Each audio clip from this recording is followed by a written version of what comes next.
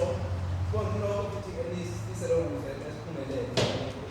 Ngakho-ke ngesiqala umcimbi ngicela okusivulela ngomthandazo ukuthi mhlawumbe prayer uMadewo asuke